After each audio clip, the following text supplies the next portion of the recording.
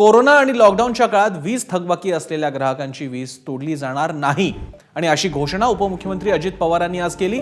आज विरोधकांनी वीज तोडण्याबाबतीतला निर्णय न तोडण्याबाबतीतला निर्णय यासाठी उचलून धरला होता, लावून धरला होता। वीज तोडली करण्यात येऊ नये, ज्यांच्या वीज तोडण्या केल्या असतील त्यांना त्या उलट जोडून देण्यात याव्यात असा त्यांचा मुद्दा होता आणि त्यानंतर वीज तोडणी तुर्तास थांबवण्याचा निर्णय घेण्यात आला। वीज बिल मुद्द्यावर चर्चेसाठी सरकार तयार आहे, सकारात्मक आहे असं उपमुख्यमंत्री अजित पवार म्हणाले आणि तोडलेल्यांची पुन्हा वीज जोडणी करून द्या अशी मागणी विरोधी पक्षनेते फडणवीसांनी केली।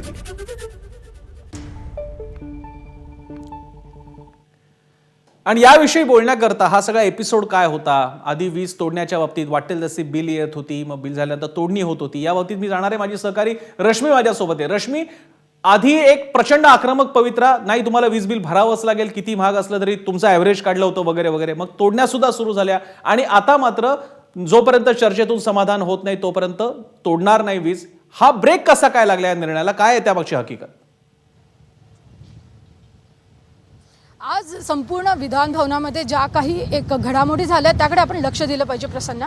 सगळ्यात पहिला आपण एक बॅकग्राऊंड बघितली पाहिजे। कोरोना काळात जी परिस्थिती होती, लोक घरी होती आणि त्या काळात कुठेही वीज बिलं जी आहे त्यांची वीज बिलांची जी आहे भरवणी झाली नव्हती, ती थकबाकी होती, ती वाढत गेली होती। साधारण कोरोना काळात महावितरणची थकबाकी होती ती 9,000 कोटींपर्यंत गेली होती। त्याच वेळेला जेव्हा राज्य सरकारकडे प्रश्न विचारण्यात आले होते तेव्हा राज्य सरकारचं म्हणणं होतं की भाजपा सरकार जेव्हा सत्तेत आलं होतं तेव्हा महावितरणची थकबाकी जी आहे ती तब्बल 51,000 कोटींपर्यंत गेली होती। राज्य सरकारने दिलेल्या माहितीनुसार आपण जर बघितलं तर वर्ष 2014 मध्ये 14,154 कोटींवर महावितरणची जी थकबाकी होती ती तब्बल मार्च 2020 मध्ये 51,146 कोटींवर जाऊन पोहोचली होती। आणि इतका मोठा थकबाकीचा जो भार आहे तो महावितरणवर होताच होता। त्यात कोरोना काळ आला होता आणि त्यामध्ये आपण जर बघितलं होतं मीटर रीडिंग होत नव्हतं, बिलं दिली जात नव्हती आणि त्यानंतर एकदम जी मोठी बिलं आहेत ती ग्राहकांवर आली।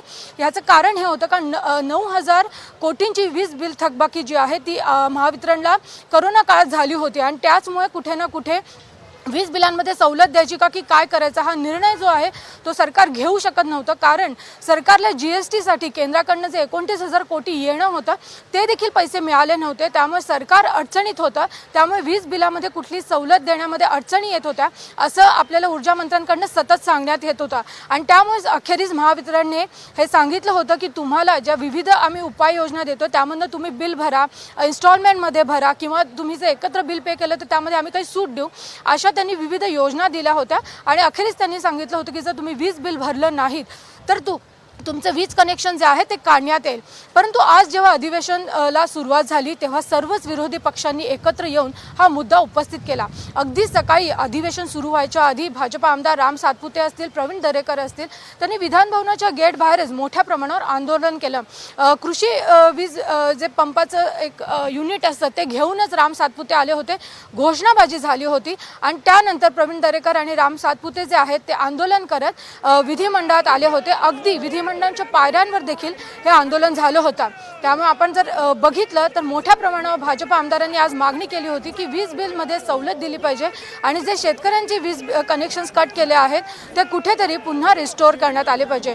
आपण बघूया प्रवीण दरेकर याबाबत काय म्हणाले आहेत। एका बाजूला बिल्डरचा प्रीमियम 50% माफ करणार, 7,000 कोटीचा त्या ठिकाणी रेव्हेन्यू कमी करणार, सांगतात आमच्याकडे आर्थिक चणचण आहे, दारूच्या लायसन्सची फी तुम्ही कमी करणार आणि दुसऱ्या बाजूला शेतकऱ्याला आज पाण्यासाठी वीज पंप नाहीये। आज त्या ठिकाणी बिलं 10-10 लाख बिल, व्यापाऱ्यांची बिलं आज त्या ठिकाणी 1-1 कोटीची बिलं, 10,000 5,000ची बिलं असणारी लाखाच्या वर बिलं। आज सरकारला इशारा आहे। काल वैधानिक विकास मंडळाच्या माध्यमातून विधानसभेत झालं, आज विजेच्या संदर्भात विधान परिषदेमध्ये भारतीय जनता पार्टीचे सारे आमदार त्या ठिकाणी हंगामा करतील आणि सरकारला न्याय द्यायला भाग पाडू। यावर राम सातपुते आहेत, त्यांनी देखील आपली प्रतिक्रिया माध्यमांकडे व्यक्त केली। सरकारने मोठ्या प्रमाणामध्ये वीज कनेक्शन कट करतायत, शेतकऱ्यांना लाईट बिल त्या ठिकाणी भरायला रुपये नाहीये। परंतु जर 2-3 HP जर मोटर असेल तर 10-10 5-7 HP चे बिल या सरकारने सुरू केलेत। सरकारने सावकारकीचा धंदा सुरू केला या विजेच्या माध्यमातून। माझा आरोप आहे या सरकारवर, सामान्य शेतकऱ्यांची जर वीज आपण कट केली तर आमच्या नेत्याच्या नेतृत्वात आम्ही यांना सोडणार नाहीये।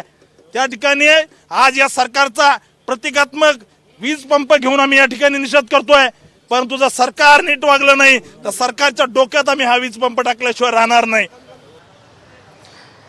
आपण बघतो आहे की विधानसभेमध्ये जेव्हा कामकाज सुरू झालं तर सगळ्यात आधी देवेंद्र फडणवीस यांनी हा मुद्दा उपस्थित केला. त्यांचं म्हणणं होतं की प्रश्नोत्तराचा तास सुरू होण्याआधी आपण मात्र वीज बिलांबाबत चर्चा केली पाहिजे, कारण संपूर्ण जनता जी आहे ती त्रस्त झालेली आहे, शेतकरी त्रस्त झालेला आहे.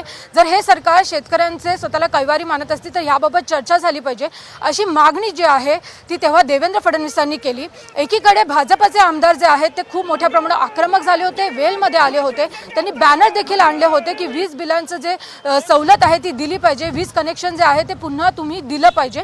आणि त्याच वेळेला सत्ताधारी पक्षांचे जे सगळे आमदार आहेत ते देखील वेलमध्ये उतरले होते. अर्थात त्यांनी पेट्रोल आणि डिझेल दरवाढीबाबत घोषणाबाजी केली आणि एकूणच जे वातावरण आहे तेव्हा मोठ्या प्रमाणात तणाव निर्माण झाला होता. आपण जर बघितलं नेमकी देवेंद्र फडणवीस आज सभागृहात काय म्हणाले ते आपण बघूया. रोज कनेक्शन कापले जात आहेत, दर मिनिटाला कापले जात आहेत. इतक्या मोठ्या प्रमाणात गरीबाची अडचण या ठिकाणी होते अध्यक्ष महोदय, आणि म्हणून 57 आयुधच काय करताय? उद्या चर्चा करायला, परवा चर्चा करायचं आयुध नाही आहे. जेव्हा तातडी असते त्यावेळेस आपण 57चं आयुध या ठिकाणी वापरतो. अध्यक्ष महोदय, खूप मोठ्या प्रमाणात सामान्य ग्राहकावर हा भुर्दंड आहे, त्याच्यावर कोरोनामुळे तो पहिलेच नागावलेला आहे. अशा परिस्थितीत असं होणं योग्य नाही. माझी विनंती आहे आपल्याला अध्यक्ष महोदय की आपण 57च्या संदर्भातली माझी जी नोटीस आहे त्या नोटीसवर चर्चा सुरू करा. पण रोज विरोधकांच्या या आक्रमक भूमिकेनंतर अजित पवारांनी अखेरीस उभं राहून खूप मोठी घोषणा केली आणि जनतेला खूप मोठा दिलासा देखील दिला. आपण ऐकूया अजित पवार काय म्हणाले. राज्य सरकारच्या वतीनं मी सांगू इच्छितो की जोपर्यंत ऊर्जा विभागाची देवेंद्र फडणवीस साहेबांनी मुद्दा उपस्थित केला त्याची चर्चा होत नाही तोपर्यंत राज्यातल्या शेतकऱ्यांचे किंवा इतर घरगुती ग्राहकांचे वीज कनेक्शन तोडणं ताबडतोब थांबवण्यात येईल. नंबर 1. नंबर 2 अध्यक्ष महोदय, नंबर 2 की आज राज्यपालांच्या अभिभाषणावरची चर्चा आहे. त्यांनी काढलेला मुद्दा महत्वाचा आहे. स्वतः नानासाहेब पटोलेंनी पण त्याच्याबद्दलचा उल्लेख त्या ठिकाणी केलेला आहे आणि सभागृहामध्ये देखील चर्चा दोन्ही बाजूच्या सन्माननीय सदस्यांची इच्छा आहे की त्याच्याबद्दलची चर्चा करावी.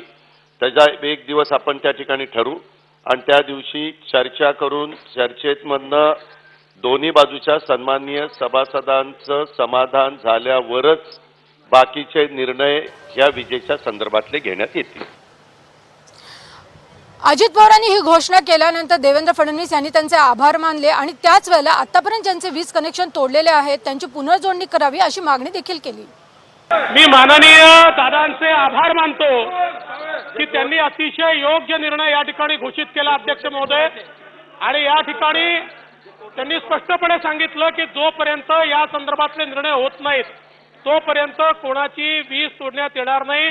याबद्दल मी अध्यक्ष महोदय या ठिकाणी शासनाचे आभार मानतो आणि विनंती एक करतो, ज्यांचे तोडले त्यांचेही जोडून द्या, त्यांनाही समान न्याय द्या, अशा प्रकारची आमची विनंती अध्यक्ष महोदय.